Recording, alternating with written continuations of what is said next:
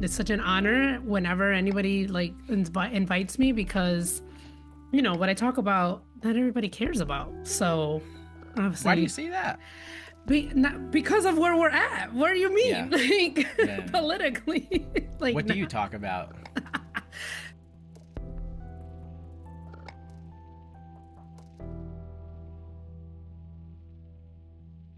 So I have a podcast. It is now a two-time award-winning podcast, which is crazy to say. Amazing. But I host The American Dream in the Eyes of Immigrants, and I talk to immigrants about their journey coming to the US.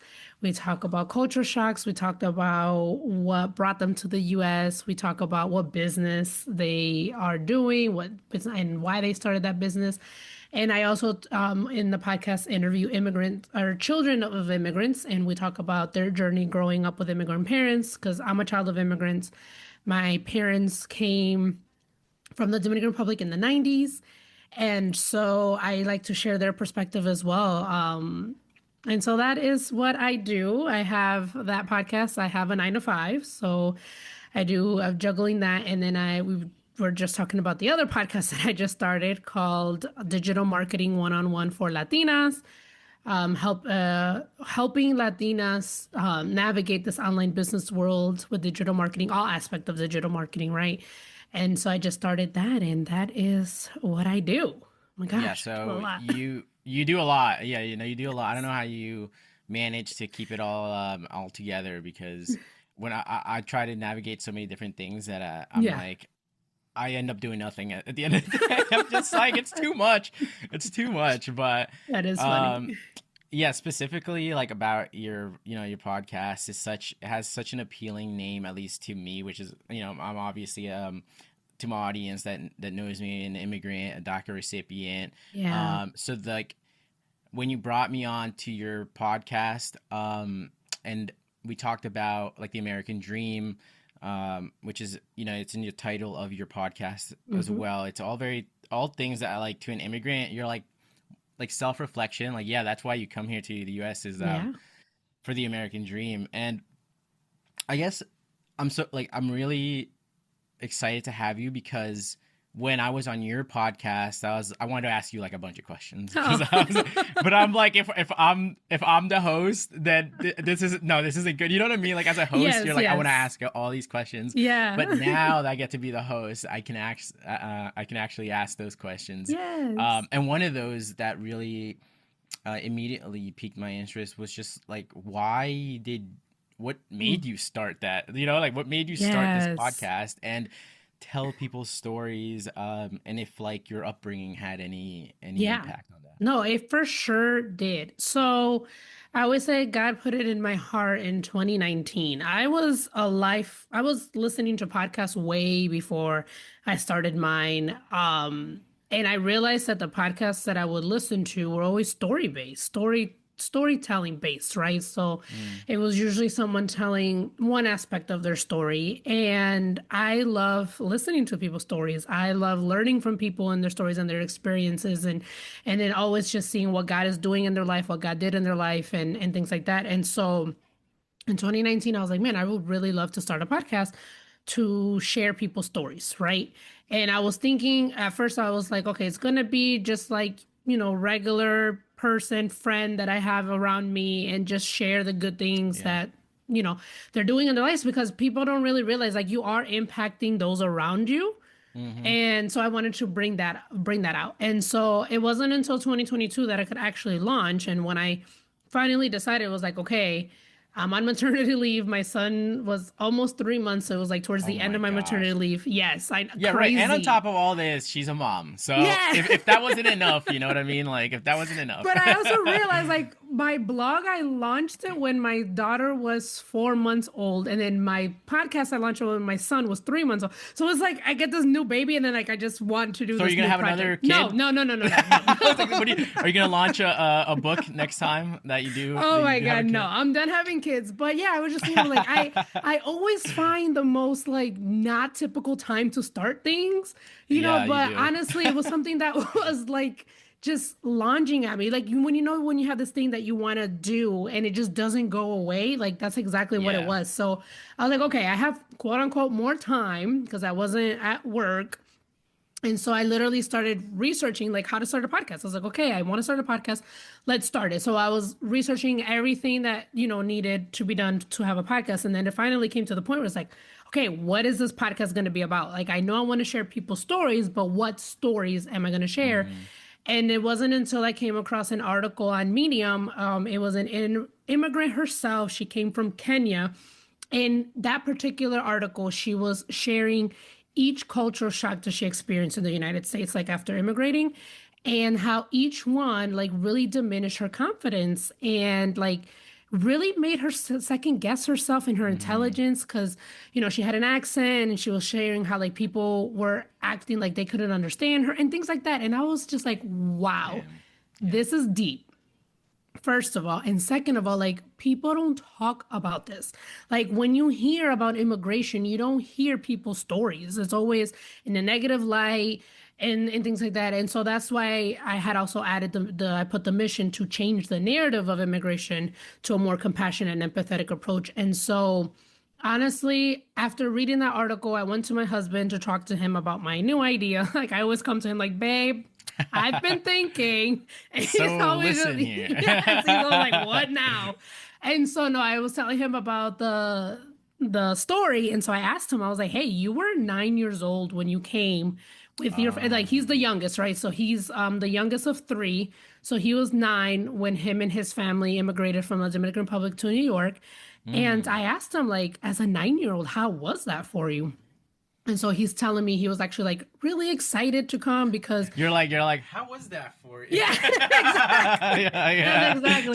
Speak clearly into the mic. So he said he was really excited because his dad had came first to the United States and then he sent for them. So he was like, he had not met his dad really because his dad left when he was like really young. Yeah. And so he's like, I was so excited to be with him and have the family together and going from the Dominican Republic, which is a tropical country to like Oh New my York gosh, City, yeah. literally the concrete jungle. He Oh was like he was gosh. just mesmerized by everything. And I was like, wow, like you really remembered a lot. And so as he's telling me his story, I'm like, okay, babe, this is what it's gonna be. My podcast is gonna be about sharing immigrant stories. And I was like, I can start with friends and family.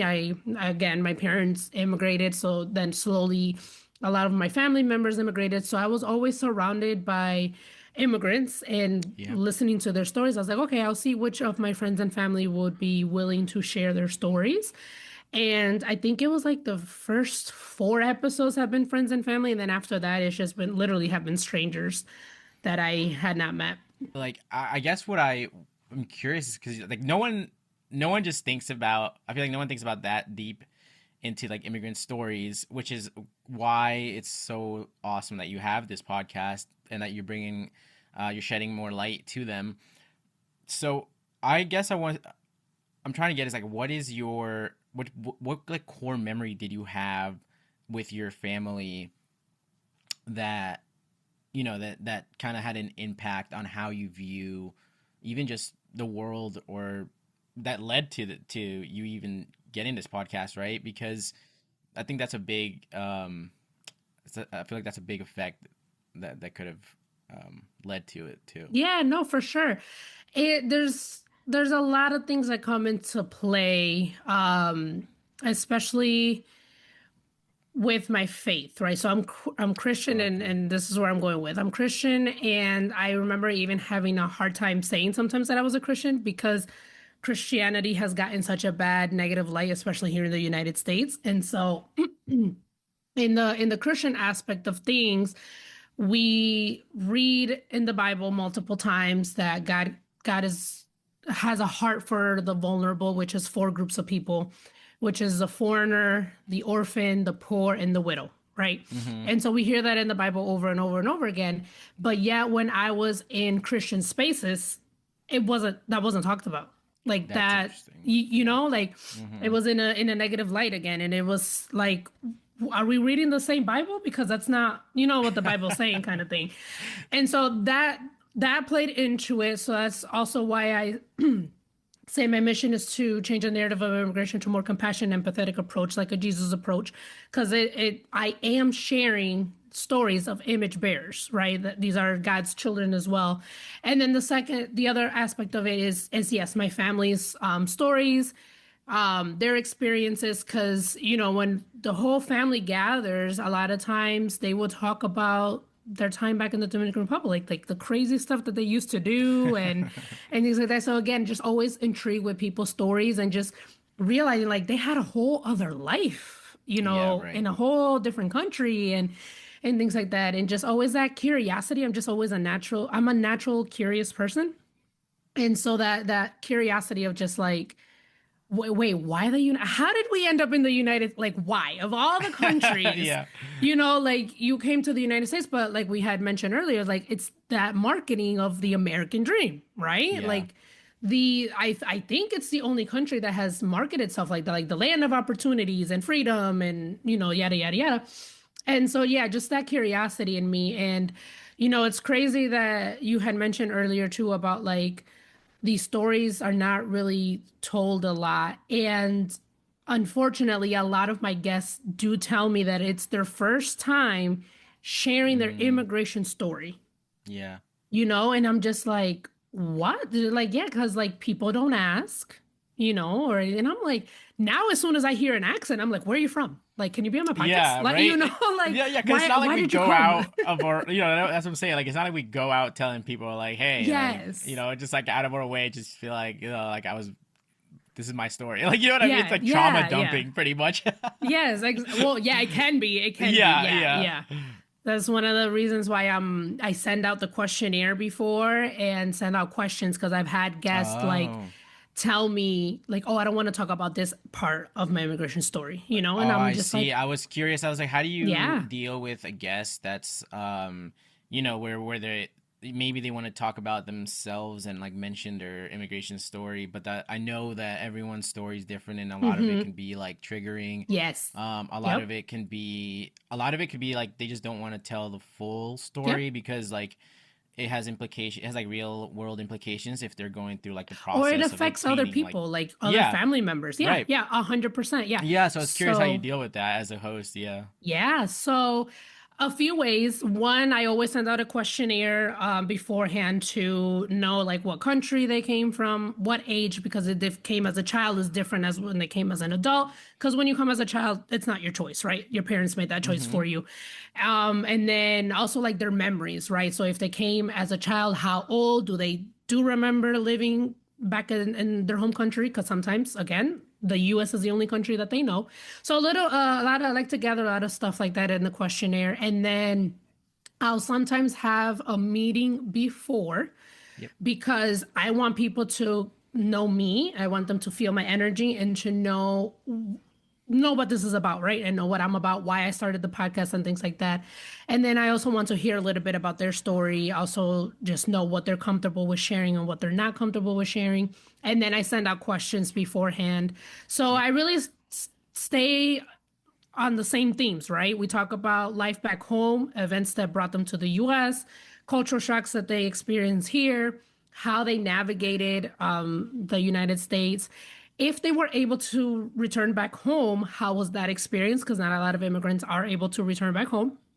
And then from there, we'll go into like if they have a podcast or a business book or whatever. Yeah, right. But the question about what events led you, I've had guests, tell me like they don't want to share that detail.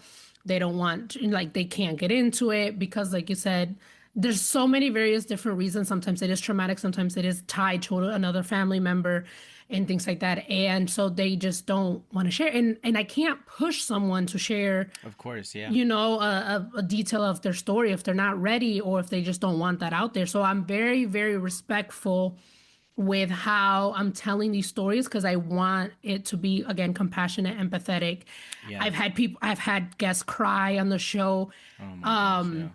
One because it was traumatic, or Yeah. it was that like they were reflecting something that they had not really thought about in real time until I asked a certain Yeah. question. Or so, for example, I was interviewing a DACA recipient, and she was telling me about the fees right? That DACA recipients have to pay. And so she was telling me like year Or after year our was, yearly subscription to yes, your the yearly United subscription. States. And so she was Yeah. like, oh my God, I had not realized until now how much money I've actually put into this, you know? And I'm just like, that's just crazy to think about.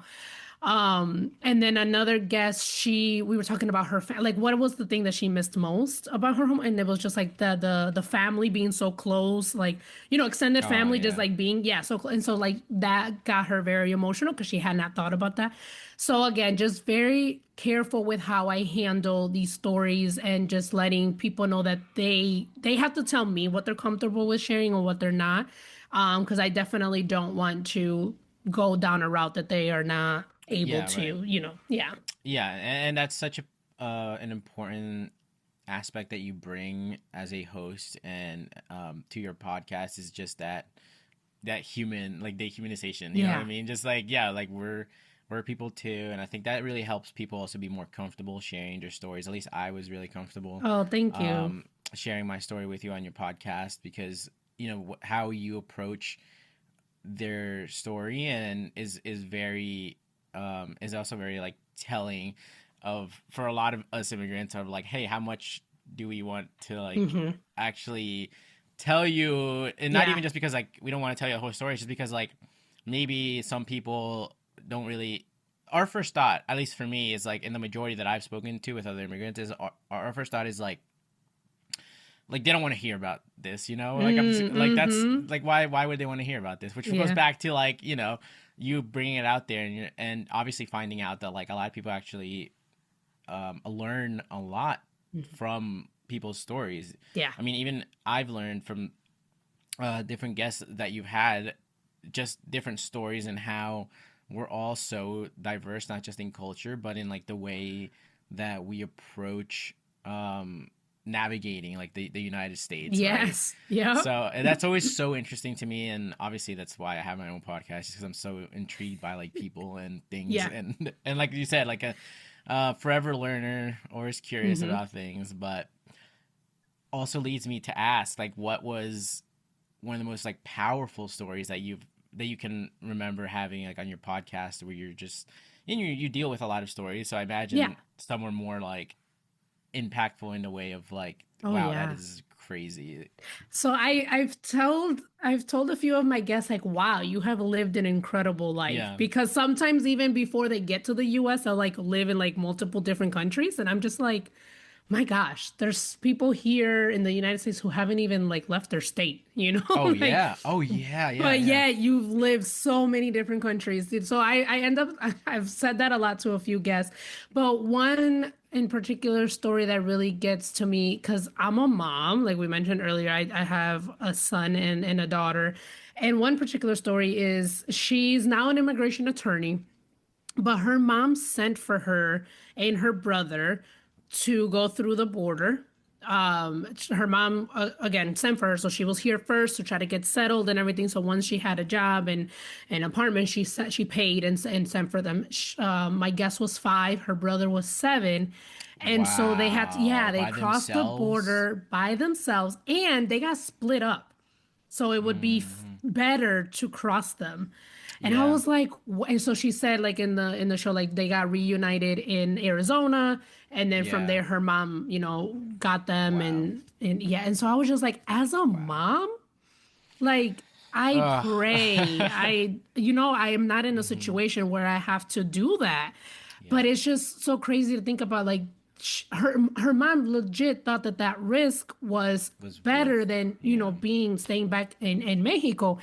And you know, it paid off at the end because again, she became an immigration, like she went through the whole process. Like she had to go back to Mexico to do the lawful entry when her stepdad petitioned, and then there was that risk that the US would not let her back. And so she was Yeah. like, Of I was course. already making plan B and C, you know, in Mexico.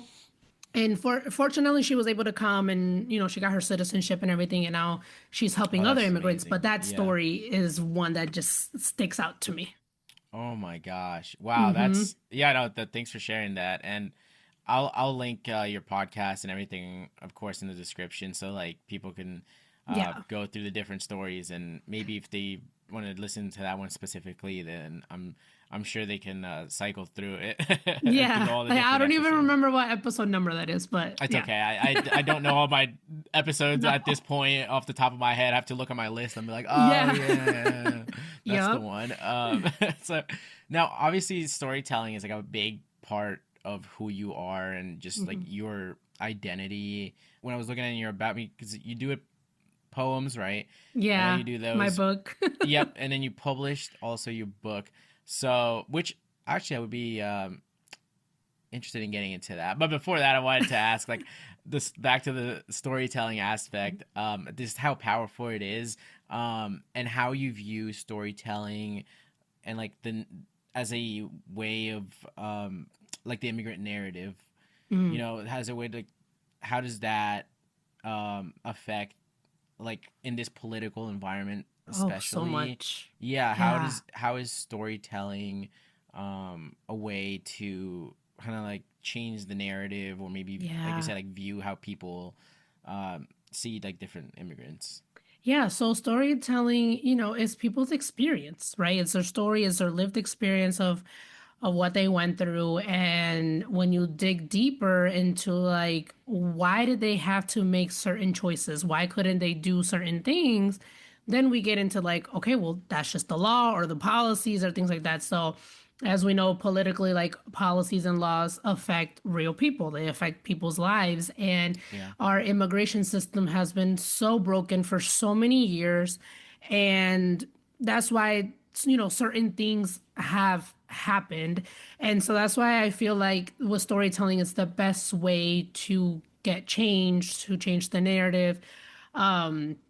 Because again, it's just painted in such a negative light. And now I'm actually using my podcast to like combat misinformation, Yeah. and it's just like, okay, that's not true. Listen to this story. Like, like I actually talked to somebody. Like I remember this one comment that somebody claimed that people go through the border from like the US to Mexico like for Christmas time and then they just sneak back in. Like that they do that all the time. And I was like, "What? You're like, oh Do yeah, you yeah, even know what you're saying?" yeah. Like, Yeah, right, no. right. That is not what people do. So, so storytelling is really really powerful again because it's people's lived experience. It's their perspective. And just because one person had that one experience doesn't mean that it applies to everyone. Like each person's story is very unique. There may be similarities, but it's that person's lived experience. So I mean, that's why I love doing it this way, storytelling, and why it's so powerful. Yeah, and it's again, it's like it's seeing like these are actual people, right? Like these are people, like they're right here and they're telling their story, real things that like Hmm. they've gone through, like breathe and lived experiences, Yeah. and I think that's a big highlight that people need to just actually see like the human part in Hmm. that because they just see like stories whatever's being pushed in different like news outlets like oh there's a Yes. crime that was committed by someone who's from like a Latin American country, right, and then an immigrant here, and they don't bother also to just do research that like the people that commit like the least crimes are actually like immigrants when you compare Hmm. it to like everyone that's in the US. Yeah. So and then you it's again finding like also like the compassion part, like just why these people come here and why they are willing to risk, like you said, like the mother with like the with the lawyer and Hmm. everything, like why they're willing to put their kids Yeah. through that.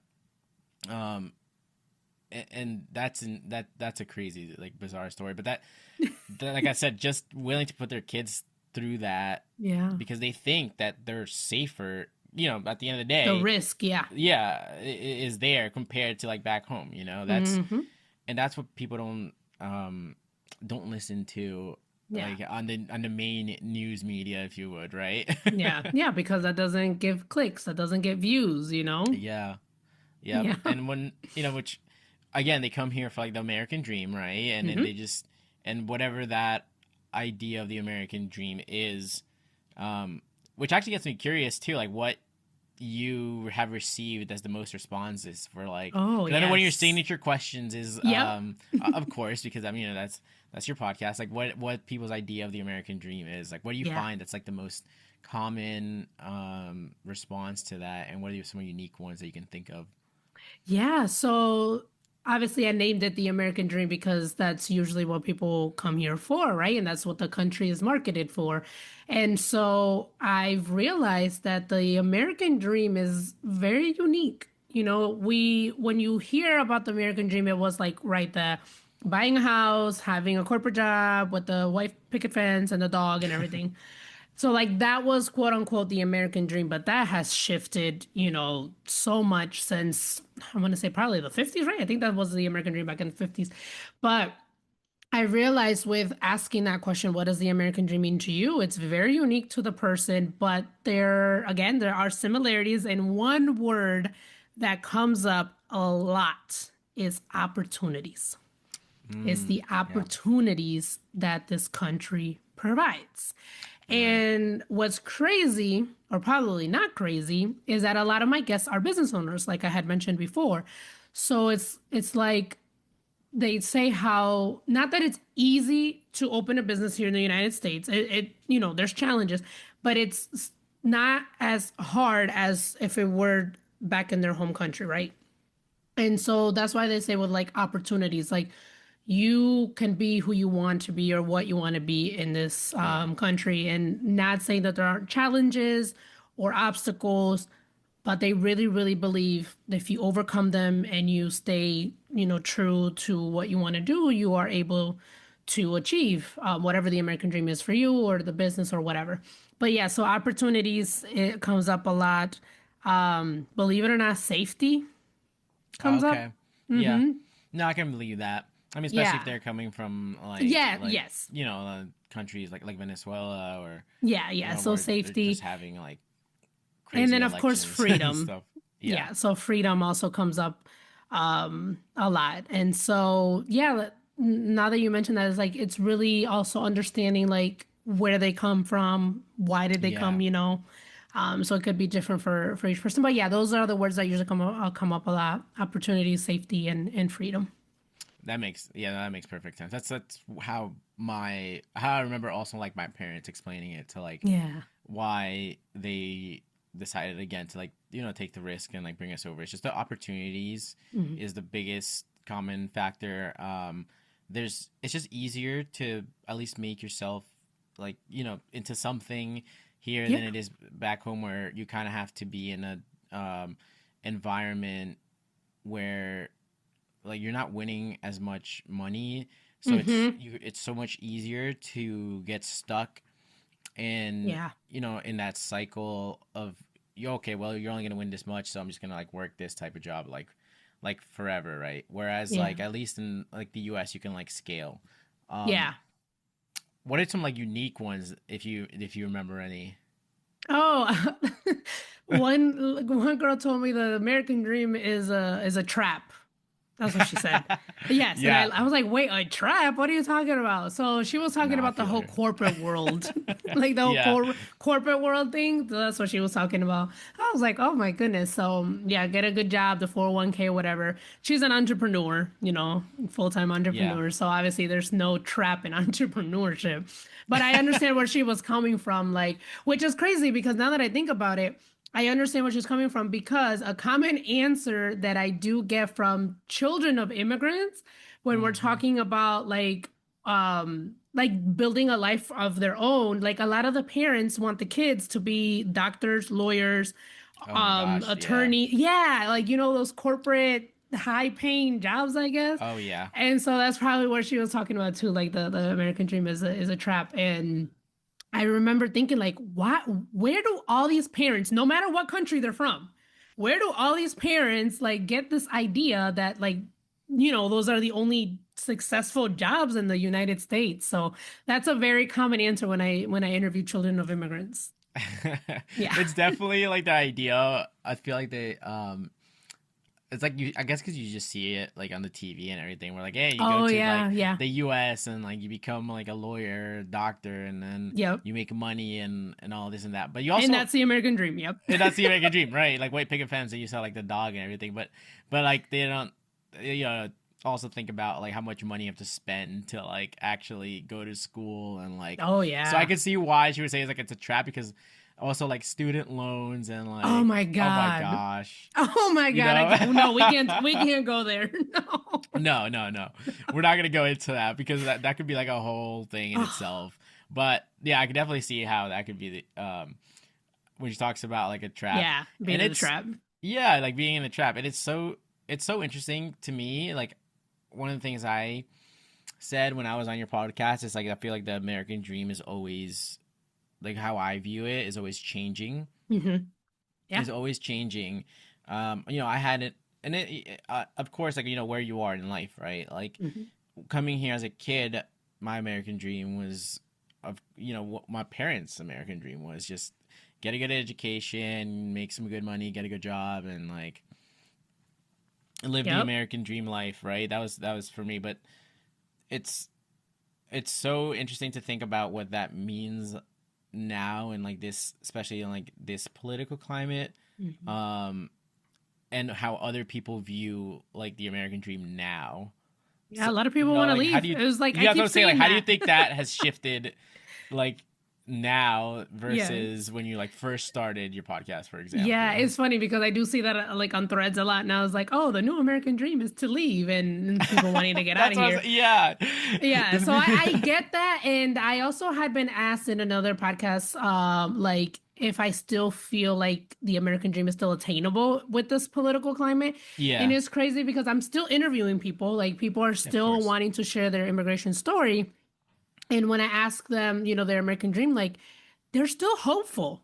Like they're still like, we're here, we came and we're working towards that, and things like that. So I feel like I don't know. I feel like our community is just so resilient. Resilient. Yeah. Yes, Yep. that it's just like si se puede, like like si se puede, like we're not gonna let anything like hold us back. And so yes, there are horrific things happening in the immigration community, but there is still a lot of people advocating. There is still a lot of behind the scenes resistance and fight going on.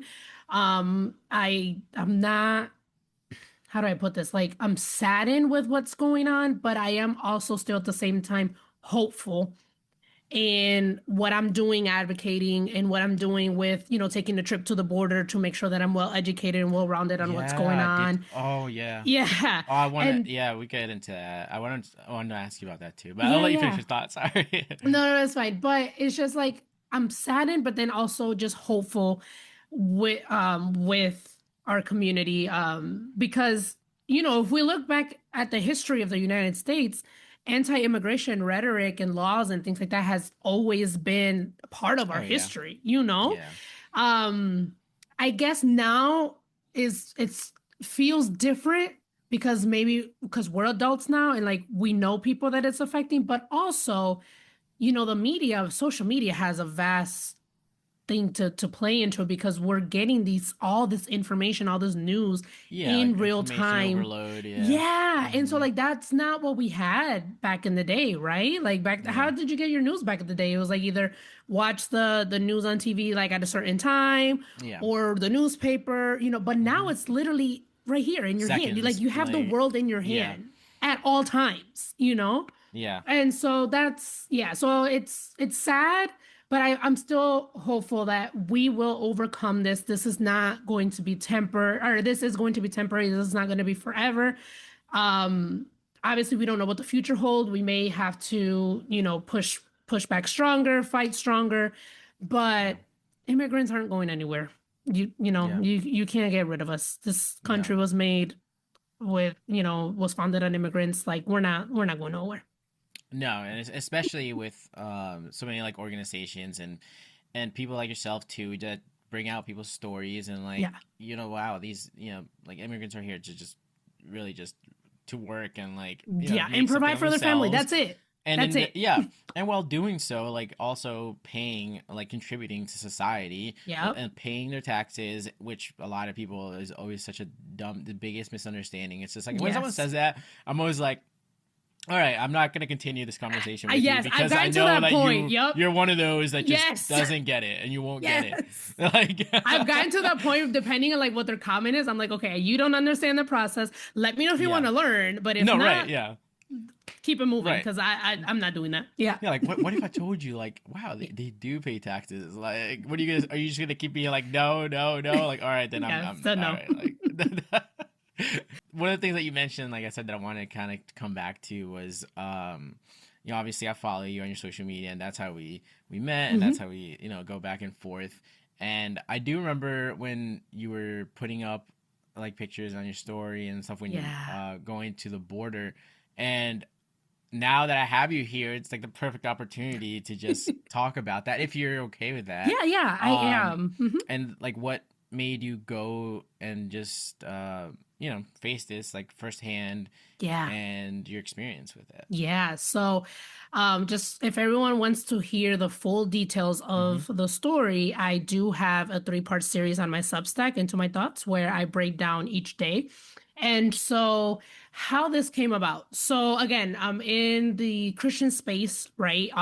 And so there's this organization that I came across called Women of Welcome, which they provide biblical truths and perspective on immigration, right? And Okay. so they're Is that nonpartisan. online or Yeah, so you can find okay? I them was on gonna say Instagram. They have a Facebook group, and then they also have their website, and they have okay. Bible studies if anybody's Okay. interested. So they're nonpartisan. They just share the facts of like what's going on and things like that, and like let's pray for this or let's pray for that, or here are ways that you can call your representative or send them a letter, regardless of what it is that you're advocating for, right? And so I found out about this group.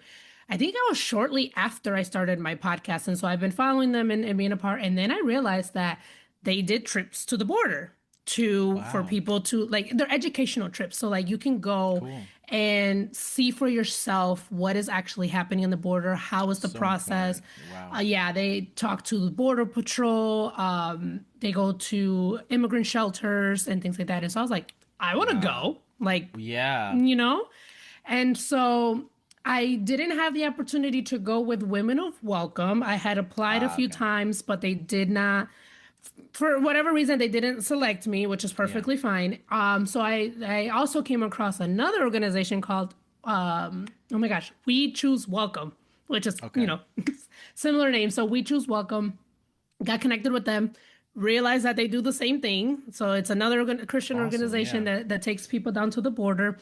And so when I signed up for their email newsletter, sorry, the coordinator, she reached out to me, was like, hey, just wanting to set up a call to see like how you found us, what is your interest in immigration and things like that. So I guess Oh, okay. they want to vet people to Vet people, make yeah. sure, yeah, to make sure their heart is in the right place and why they're curious about immigration.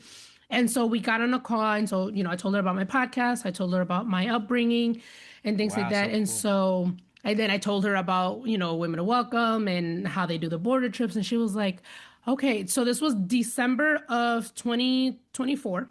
Hmm. And she was like, oh my God, this is so last minute, but we are going in January, at the end of January, and Oh my gosh. there's one spot available. Oh my Are you able to go? And god. then That I is was very like, last minute. very, very. Yeah. Wow, So talk I about was last minute. like, let me check my calendar. Let me talk to my husband because it was a Yeah. week long trip. And so, yeah, like I looked up the flights and everything just aligned. I was like, look at God. Like everything just aligned. And so I ended Wow. up going. So it was literally the last week of January. So Monday was to travel in. We had dinner together. The first day, And so where we did you guys oh, sorry, yes. travel We into? I traveled to El Paso, Texas, Okay. and then we ended up crossing over to Juarez, Mexico. Gotcha. Okay. Yes. And so, yeah, so we flew in, everyone flew in on Monday. Tuesday was the day spent in El Paso with the organization called Abara. So they are an organization right there in the border. They have an office in El Paso and then they have an office in Juarez, and they do these trips, and then they provide education on immigration things and what's going on. Wow. And then they also help the community in El Paso, whichever way that they can. It's a nonprofit organization. So Yeah. they're very hands-on with the community, right? So day one was literally history of the immigration, but not just immigration in the United States. We're Yeah. talking about the world, which is what I really Oh, appreciated. wow. Yes. So we talked about what was going on in Venezuela, why that surge of Venezuelans were coming. We talked about a little bit about the Middle East. We talked about countries in Africa and the wars Oh going my on gosh. there. That's really cool. Yeah. Is that So like it classroom was. setting? Yeah, it Cool. literally was. Yeah. Yeah. Yeah. So it was very, very educational, but it also made me realize that like I know more about immigration than I had Hmm. presented myself to know, because a lot of the stuff, especially like the global aspect of things, like I knew because I follow and I stay up to date. And then I also realized like okay, I do follow reliable sources. Like, You're like, oh, good to know. All yes, right, good to know. I'll Yes. stick with them. Yeah, exactly. Mm. So day one was that. We also talked to a former Border Patrol because we went the last week of January. So the new administration had just been sworn in and they were already changing everything. Oh wow, that's So such we a were, yeah, crazy time too. Like very yes. transitional, like period. Oh wow, okay. So we were That is a experiencing things crazy in real real time. time. Yeah. Yep. Of what was Wow. going on. And so they usually speak to current Border Patrol agents, right? But this time they couldn't because they were saying no. Like the Border Of course. Patrol said Yeah. no. Right. We were, yeah. Yeah. So a former Border Patrol agent spoke to us, and he was just telling us about his time, with the Border Patrol and like how the agency started and like the history, and it actually started in El Paso. So it was really interesting to hear about all that. And then he's like, literally, he had a slide that was not finished, which was for the CPB1 app. He's like, I couldn't finish the Oh. slide because there's still changes happening, and I Yeah. can't Which. keep up. Yeah. I mean, they literally got rid of that. So. Literally, So yeah. yes. So that was day one. Day two, we crossed over to Juarez. We went over to a migrant shelter, and we got to see some families, got to hang out, play games and things like that. And Cool. yeah, it's crazy. So, but speaking to a lot of them, they had to come up with a plan B and C because a lot of them were waiting for their appointments through the app, which had just Hmm. been recently taken away. And then I remember speaking to a Venezuelan woman. She was there with her two kids, and her husband was working, but he was there with them. And her telling me their story of just like crossing all of that from Venezuela up through the jungle, and she was like they were sleeping in the streets wherever they could find to Yeah. finally get to this migrant shelter, to then be told that the app, Yep. yeah, was taken No away. longer could apply for it. Yeah. Yeah, and so she was trying to get to Chicago because she had a brother. Her brother was in Chicago, and she was just asking me so many questions of like, so how is the United States? How's the food? How's the Oh. people? Oh, that And would make me so I cried. sad, I though. cried Oh because I God. felt like my privilege just smacked me in my face, Oh you yeah. know? Yeah. And so I was just like, damn, I just came from where she wants to be. Yeah. And I was just Yeah. like, oh my God. So I went to the bathroom. I had to cry, called my husband. My Oh. husband thought something happened. Oh. I was like, no, no, I'm safe. I'm safe. I'm okay. Hmm. I'm just so emotional right now. And so then I went back and I was like, trying to tell her, answer as much questions as I can. Because I also, when she was asking me about the people in the United States, I felt like I wasn't a good representation of an American. And this probably sounds so bad, but it's because I'm a child of immigrants, right? When you Yeah. hear American, I'm pretty sure people think, white, blue-eyed, blonde hair, you know. And Hmm. and I and there were white people in the group with us.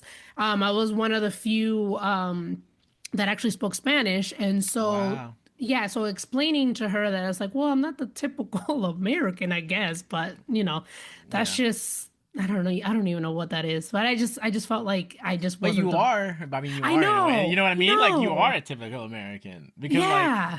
you know what I mean? Like at this point, there's it's like like the U.S. is so Yes. diverse. Like It that really like is. Yeah. this is who like these are the type of people that are living in the U.S. and like Yeah.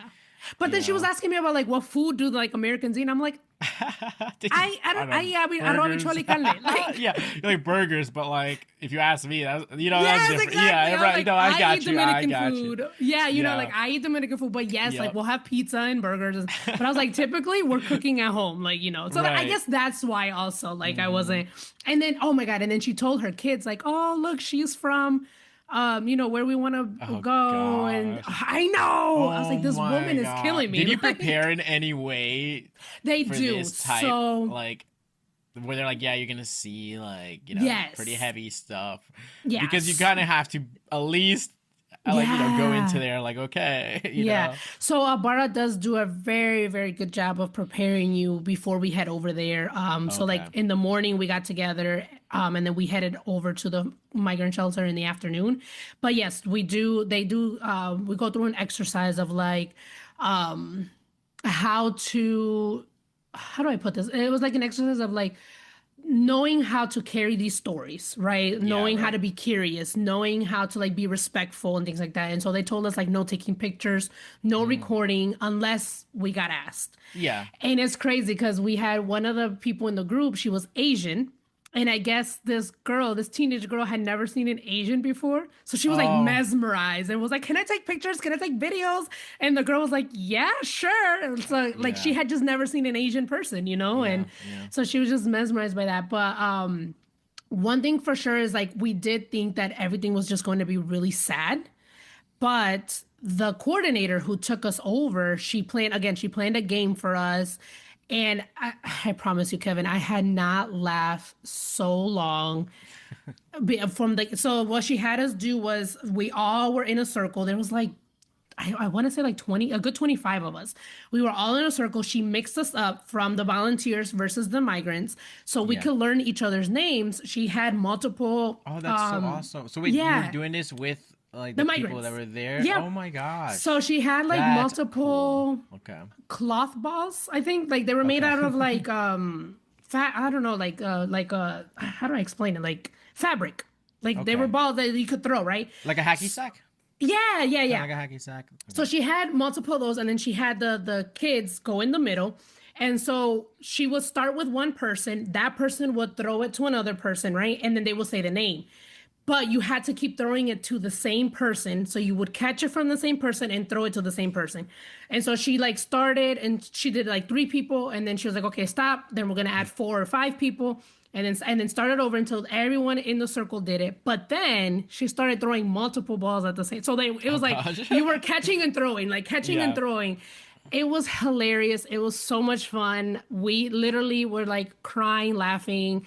So Oh, that's why I'm saying like you would expect that a trip like that would just always be heavy and sad, but there was yeah. also joy and Right. laughter and so it's crazy because her motto was that the Mexican American border is the most wonderful border in the world because it's Mm. so multicultural. She was like, there's no Yeah. other border in the world like this one. That's And, so true. Yeah. yeah, and so she kept repeating that la frontera, esta frontera es la más maravillosa del mundo. That's what she kept repeating, and that was the thing. And so again, another area where I was like, I'm holding grief with these people and sorrow, but I'm also holding joy, like connecting with them and things like that. And so that was day two. We after the shelter, we went out to eat. We walked a little bit and see the Juarez. Oh my God, I have a trouble saying that. Downtown and things like that. We went out to eat and then we crossed on foot. So when we crossed to Mexico, we went in a car, and then when we crossed back, it was on foot. And I remember we were seeing a Cross lot of back to the US on foot? yeah, back to the Wow. U.S. So we Okay. crossed. I think you Yeah. saw the picture of like when I Yeah, was like that's where right you in the took the middle. picture? Yeah. Oh, okay. Yeah. So it was like right in the middle of the Mexico was on the right, the United States was on the Hmm. left, and we were literally crossing over on foot. But before we crossed, we kept seeing a lot of Mexican National Guards. And we're like, is this normal? Because again, we were close to the border. So we're like, is this normal? And they were like, no, they are waiting for detainees from the US. So Mm, everything again was just wow. happening in real time. And so even Abara, the coordinator, was telling us how they were going to prepare for the influx of detainees from the US. They were setting up tents and things like that to be able Oh to, yeah, right. yeah, to accept people. And so as we were walking to cross over to the US, there were like these three vans set to the side. And then that's when one of the leaders told us, like, there's detainees in those vans being processed and brought back into Wow, you're really seeing this in real time. That real. is I felt so much rage wow. in that Yeah. moment. Like, it was like, oh my God. Yeah. So that was day two. And then day three, again, we were in El Paso. Learning about more nonprofit organizations that really help with the community Okay. and what services they provide and things like that. And oh, we also went to the memorial where, oh my gosh, I think it was 21 people that were shot in Walmart in El Paso. I think it was 2019, the Okay. mass Yeah. shooting. So Yeah, we went yeah. to the memorial and we talked about how negative narratives and misinformation leads to people taking these drastic actions. And so that was very heavy because I was also thinking back about the Pulse nightclub shooting that happened in Orlando. So I Oh was my just like, gosh, yeah. correlating both of them, and I was just like, oh, like, these things That's just, so much to process. it was a lot. And Yeah, yeah. so at the end of the trip, like towards the end of the third day, they did give us time to like reflect and just sit Okay. in the moment and everything. And I really loved how they organized everything, how they did everything. The food, let me just tell you, the Yeah. food Oh in yeah. El Paso and in Mexico, oh Oh my yeah. God, so Mm. good. Mm-mm. So Chef's kiss. yeah. But yeah, I share in details in my Substack about those 3 days. And Awesome. Yeah. So if I you want to learn, get the full details, yeah. then yeah, definitely go into her Substack, into my thoughts, right? Into my Yeah. thoughts. And yeah, I just really wanted to go because I really wanted to see, like everybody else's curiosity and just see for myself like what was going on Yeah. and learn and just be there. Like just be there and connect with people. And I would go again. Yeah. Just because again, things are constantly changing and Mm-hmm.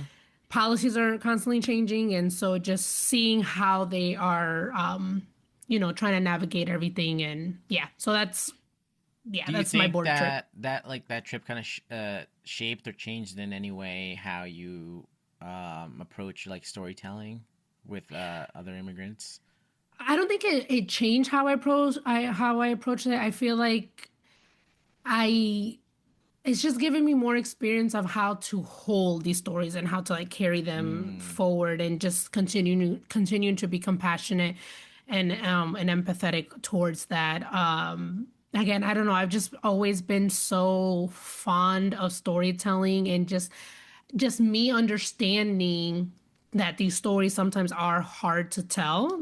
Just yeah. having that understanding really, really helps me hold that compassion in that space. And that is one of the biggest things that my guests tell me. I know you mentioned it earlier, like how comfortable you felt like Yeah. sharing with me. And that's like one of the most common and best compliments that I really get. Like Mm-hmm. they'll either email me or they'll, when they hear their message or their episode, they'll like leave me a comment and just like, thank you for creating that space for us and for, they feeling comfortable to open up and share. And I'm just like, I just feel like God just really put me into doing this. Like he knew why, right? Because I started this in 2022. We weren't in the political climate that we are now. And, as a believer, like I know that God knows the future and what's going to come up. So I just really feel like he really planted that seed in that moment for me to start to bring me to this. And who knows what else will happen in the next 3 years. It's still crazy to think we're still in year one. Yeah, you're telling me. I'm like, when's this like nightmare gonna be over? Like, I just Yeah. want it to be done with, and just please bring in like the next administration, or like Yeah. if things just like calm down. But Yeah. alas, we have to, as every immigrant knows, we have to adapt, and Yeah. and everyone in that's obviously like against this type of administration and behavior. Just you have to adapt and like approach everything with compassion, right? Yeah. So, Hmm. and I was also just shifting a little bit because I know we're getting a little bit to our end time here, and I don't want to hold Yeah. you for too long. But I think one of the really a big thing that you do that I think would be really beneficial for people is that you're also like a podcast coach, and I know that Yes. you do a lot of work with that. So I just wanted to bring that to light and Yeah. just share like what type of services you offer and how you made the transition from just having your podcast, right, and to now like sharing how to make one because it's Yeah. definitely different. Yeah, no, thank you so much for for providing me the opportunity to share that. So, Of course. I mean, as you know, as a podcaster, there's a lot that goes on with podcasting behind the scenes. There's so much. But as I started in this podcasting world and getting into like Facebook groups for podcasting and things like that, like a lot of people wanted to start a podcast, like they will share like their desire to start a podcast and just like feeling overwhelmed at everything that it takes and everything. And then I also had heard about the crazy stat that like over 90% of podcasters or podcasts like don't make it to like the 10th episode. And I Yeah, was they like, go into like the podcast like void, right? That's what yes. I call it. And Like, so it's like I was like, what? I yeah. I'm super biased. I love podcasting. Like, Oh you yeah. know, No, yeah. same, same. Yeah. And so I was just like, no, why are they starting and not continuing? And so that's really what drove me to like wanting to help people start their podcast because I do feel that podcasting is such a great medium for storytelling, Mm-hmm. for online business people to like share their experience or tips Of and, course, yeah. get clients and things like that and position themselves as the leader, right? In their niche. And so I'm very passionate about podcasting. So I'm like, I want to help people start. Like, how walk their hand through the process and letting them know like, oh, okay, this week work on that week, this week work on this, Yeah. and so I literally went back and was thinking like, okay, if I start my podcast today, like what would be the first steps that I take? And so I broke it up into like a 6-week coaching program so it's not overwhelming. And so yeah, I've helped a few people launch their podcast, and it's been such an amazing journey just like seeing the podcast go from like an Mm-hmm. idea to like Oh produced and it's yeah, out that's there gotta and be so everything. rewarding too. You're like, yes, like you Yeah. did that. Exactly. Like, And just walking them through the process and checking in too, like, hey, how's it going? right. Do you have any questions and things like that? And so, yeah, it's been really, really fun to see that. I also, yeah, I'm just so passionate about podcasting. And I know there are a lot of people out there like, not everyone needs a podcast. Oh, Yeah. everybody has a story. Everybody has Yeah. a story to tell, you know? And so yeah, just knowing that there's so many podcasts out there, but then they're not that many active podcasts. That's the key. Right. Um, Right. so just helping that so people, I don't know, I just love podcasting. Yeah. So, No. Listen, I love podcasting, so I understand. I'm like, wow, I can't believe yes. when I first started. I was like, wow, I can't believe like there's so many podcasts like in the void, right? I'm just like Yeah, where like these just go to yes. die. But Yep. but it makes like as much as I love podcasting, I'm like, okay, I can see why because Mm-hmm.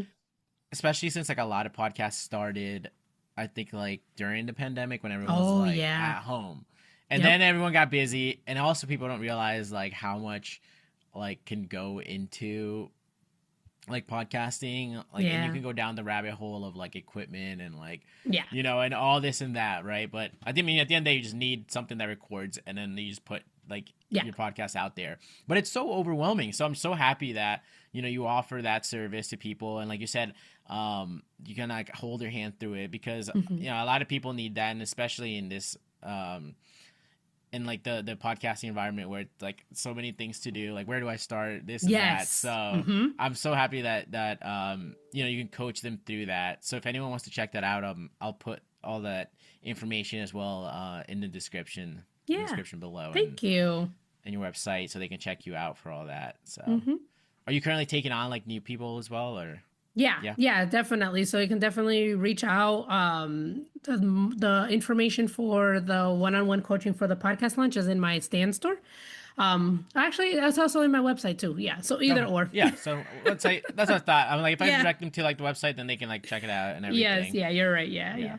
So Hmm. as far as like your podcast though, um, Hmm. the last question I have for you here is, where do you see like your podcast and yourself in like 5 to 10 years?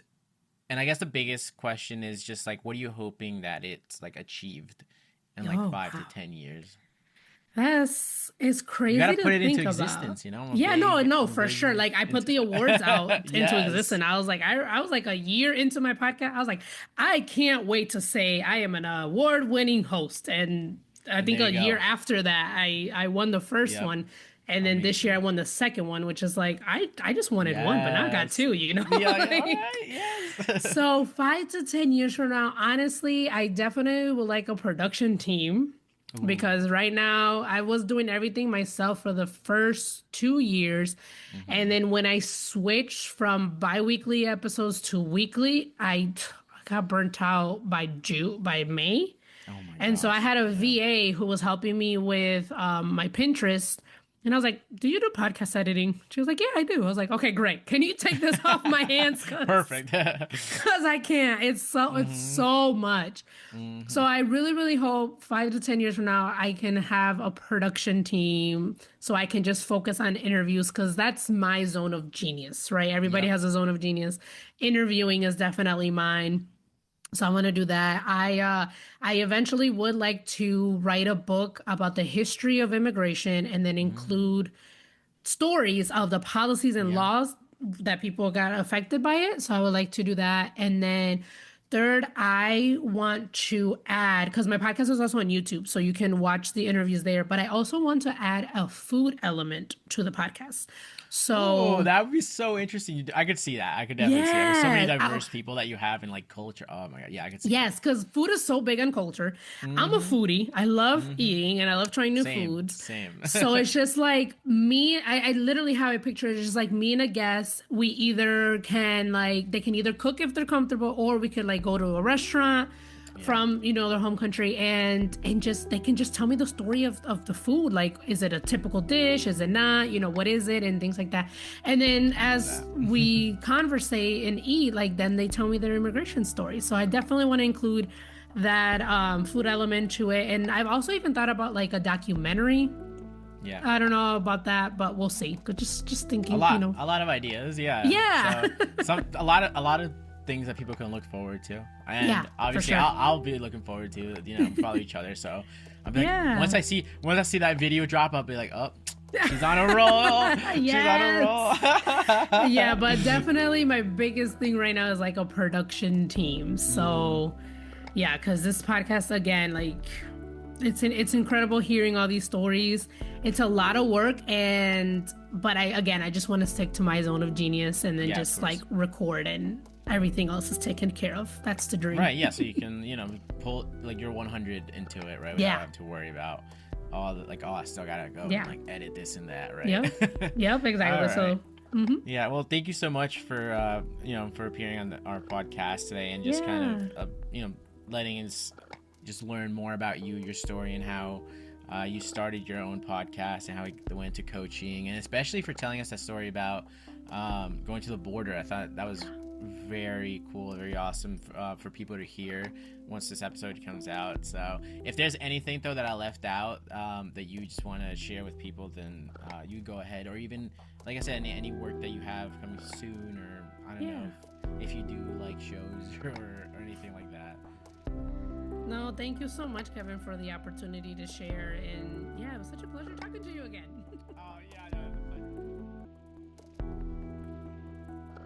thank you for listening to today's episode. If you enjoyed it, please share it with a family or a friend and rate it 5 stars on Apple Podcasts and Spotify. It helps tremendously in order to bring more awareness and educational resources to our community. For more information and to stay up to date with what I'm doing, you can follow me on Instagram at Latinoamericaneo. And if you need more information and resources, you can visit my website, latinoamericaneo.org. I'm Kevin Muñoz. This has been the Leo Podcast, and I'll see you next time.